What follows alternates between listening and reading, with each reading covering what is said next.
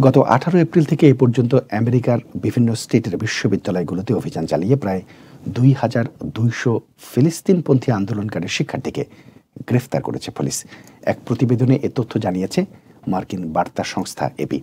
এপির হিসেব অনুযায়ী 18 এপ্রিল থেকে এ পর্যন্ত যুক্তরাষ্ট্রের বিভিন্ন স্টেটের মোট 43টি বিশ্ববিদ্যালয়ে 56 বার অভিযান চালিয়েছে পুলিশ। সেসব অভিযান থেকে গ্রেফতার করা হয়েছে তাদের।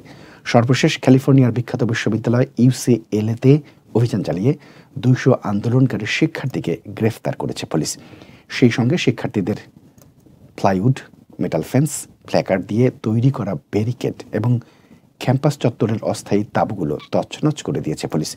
এসব তাঁবুতে আন্দোলনকারী শিক্ষার্থীরা রাতে ঘুমাতেন। ইসরায়েলকে অস্ত্র সরবরাহ বন্ধ করা, গাজায় স্থায়ী যুদ্ধবিরতি এবং স্বাধীন ফিলিস্তিন রাষ্ট্রের দাবিতে গত মার্চের শেষ দিক থেকে শান্তিপূর্ণ বিক্ষোভ আন্দোলন শুরু করেন নিউ ইয়র্কের কলম্বিয়া বিশ্ববিদ্যালয়ের শিক্ষার্থীদের একটি অংশ। পরে সেই আন্দোলন দেশটির অন্যান্য অঙ্গরাজ্যের বিশ্ববিদ্যালয়গুলোতেও ছড়িয়ে পড়ে। প্রেসিডেন্ট জো বাইডেন আন্দোলনের প্রথম দিকে চুপ থাকলেও পরে এ নিয়ে মুখ খুলেছেন। বলেছেন, শিক্ষার্থীদের শান্তিপূর্ণ আন্দোলন অবশ্যই সমর্থনযোগ্য, তবে পাশাপাশি বিশ্ববিদ্যালয়ের শিক্ষা ও গবেষণা ও প্রশাসনিক কার্যক্রম যেন বাধাগ্রস্ত না হয় সেদিকেও মনোযোগ দেওয়া জরুরি।